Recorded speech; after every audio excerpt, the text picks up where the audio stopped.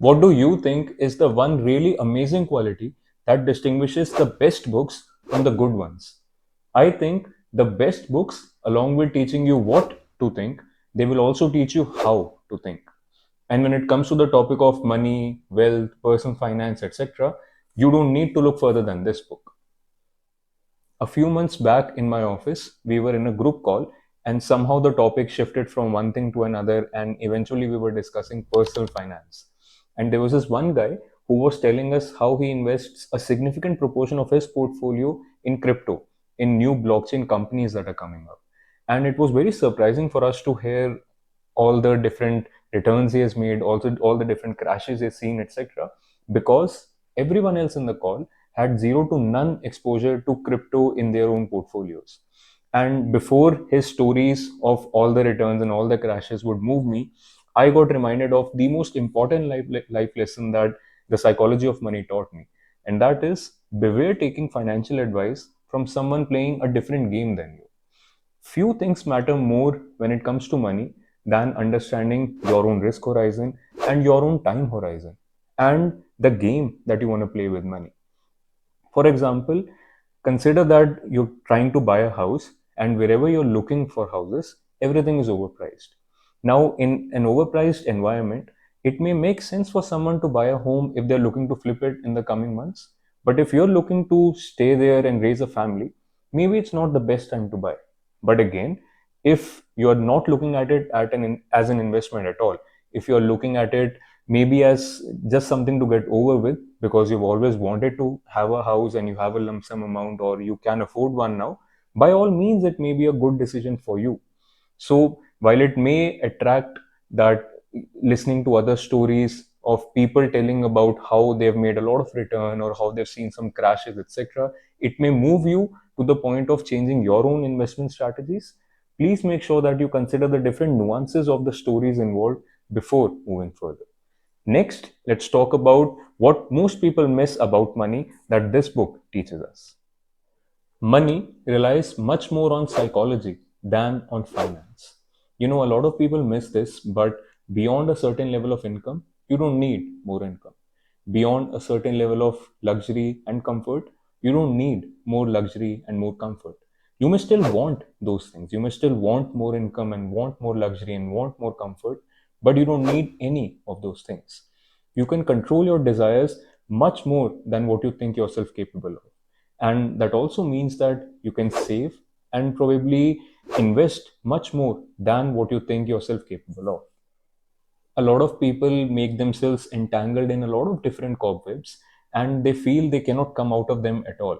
While, like I just mentioned, you can control a lot of your desires and therefore you can avoid a lot of those lifestyle decisions that very honestly can be avoided.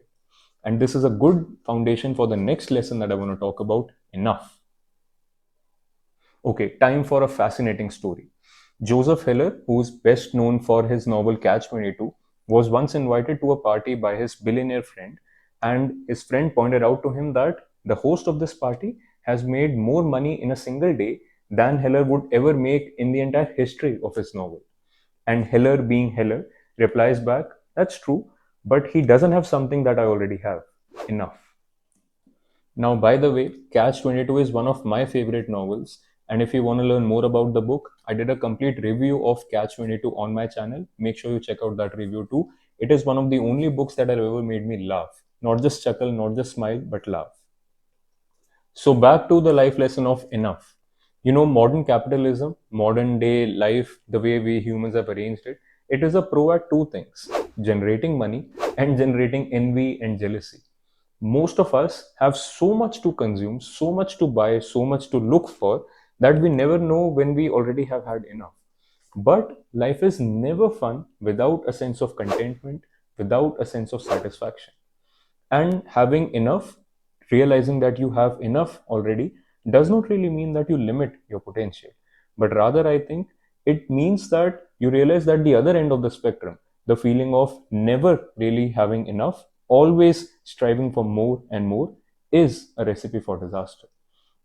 Understand when you have already had enough, and it's time now to pursue higher things in your life rather than having more money, pursuing a better home, pursuing a better car, etc., or even looking for a better and more expensive vacation.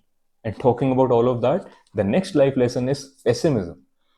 Now, I have two more life lessons to share from this invaluable book. But before we do that, like this video if you haven't already, subscribe to the channel if you haven't already, and if you're planning on buying this book, make sure you check out the Amazon link down below in the description.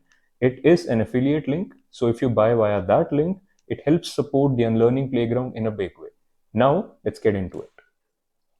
Life lesson number 4 from this book is the fact that pessimism sounds smarter than optimism. We humans have this funny tendency of always thinking that the one who is a pessimist has considered more data, is also more intellectual, and therefore we should not really be listening to the optimist. Consider the 2008 stock market crisis, for example. If at that time someone would have come over and told you that 15, 16 years from then, you would actually see the stock market recover so well that we would be actually more than twice of what we are here right now, you would have probably thrown him out of the room, and you would have invited the pessimist over to walk you through how everything is going down the drain and how there is no hope for recovery. This is especially true in the modern age when we are so much bombarded by a lot of different kind of content, and the content that usually strikes us and resonates a lot with us is the sensational content. And what is more sensational than overly being pessimistic about the future and prophesizing that everything is going down the drain, there is no hope for future, etc. Now, me saying that does not really mean that I want you to be overly optimistic about everything. What I want this lesson to be is that you should not at least overlook the bright side. And talking about the bright side, the last life lesson from this book is around freedom. Freedom. Freedom is what we really desire. Even from our wealth, even from our money, freedom is what we desire. It is true that on average, humans are richer than ever. But do you really feel that humans are happier than ever? I know this is a question that cannot really be answered without a lot of different nuances being considered, but I still feel that something, a very key indicator of happiness that a lot of modern humans are trading away in the modern age is freedom. Consider this question for yourself and yourself alone. If you were free, would you be doing whatever it is that you're doing right now? If you're really honest with yourself and the answer comes out to be no, understand that your chief work lies in rearranging your life in a manner to be more free, so that you can do something that a free person would and not a bounded person. Because eventually, this life is meant to be free in. And a lot of times, more often than not, whatever is holding us back into the different chains, into the different cobwebs that we have entangled for ourselves, is not really money problems, but the different cobwebs that we are spinning for ourselves. Our psychology, our inflated desires, our not enough yet, our biases, our own delusions, our own illusions. Unlearn the attachment to all of these things and be truly free. If you like this video, make sure you hit the like button, make sure you subscribe to the channel if you haven't already, and make sure you check out more of my content. There is a separate section dedicated to more amazing book reviews like this one, and there's one more section dedicated to deeper meaning behind songs. Interesting, right? Do check it out. Until next time, peace out.